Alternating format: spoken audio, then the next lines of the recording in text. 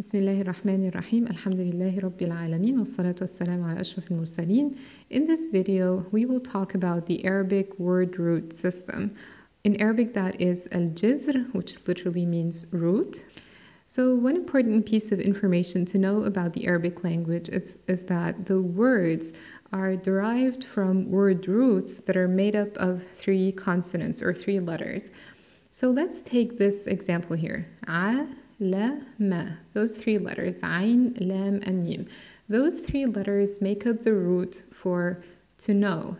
So we can think of this as the infinitive in Arabic, which is the root for several other words.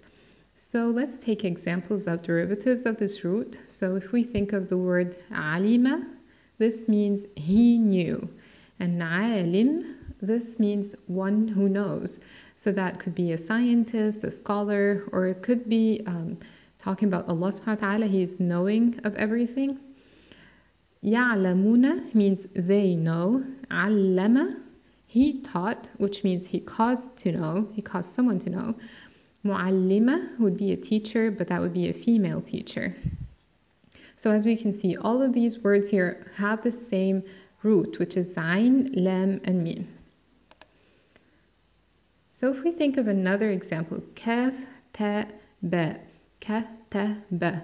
Those 3 letters make up the root for to write. So kataba would be the infinitive of the word to write. So kataba is the past tense verb, which means he wrote. Katib is a writer. Kataba means he corresponded, so it means that he wrote to someone, which probably means that the other person writes back. Kitab, that is a book or a scripture. Maktab is a place of writing, so that could be the office or a desk. Maktaba is a library.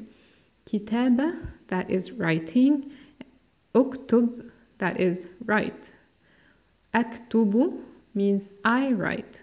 So all of these words have the same root, which is kataba. Another example is rasala.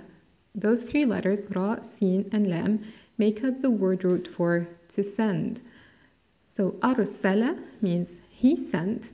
Arsalat, she sent. Rasil, that is a sender. Rasul is a messenger. Risala is a message. Mursal means that which is sent or something that is being sent. So if we want to learn Arabic or Quranic Arabic, does that mean that we need to learn lists and lists of vocabulary?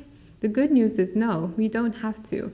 We only need to learn some word roots that make up most words in the Quran, and we should be able to guess the meanings of so many words if we learn just a small list of word roots. So the vast majority of roots are made up of 3 letters, but there are some exceptions. So there's a few that are made up of 4 letters, and even a fewer number that is made up of 5 letters. And another thing to know is that order is important. So alima is different from amila. Lam second, mim is third. This means he knew. But mim second and then lam third would mean he worked. And another final important piece of information is that these word roots are put together in certain patterns which can help us guess the meanings of these words. And we will talk more about patterns in the next video, inshallah.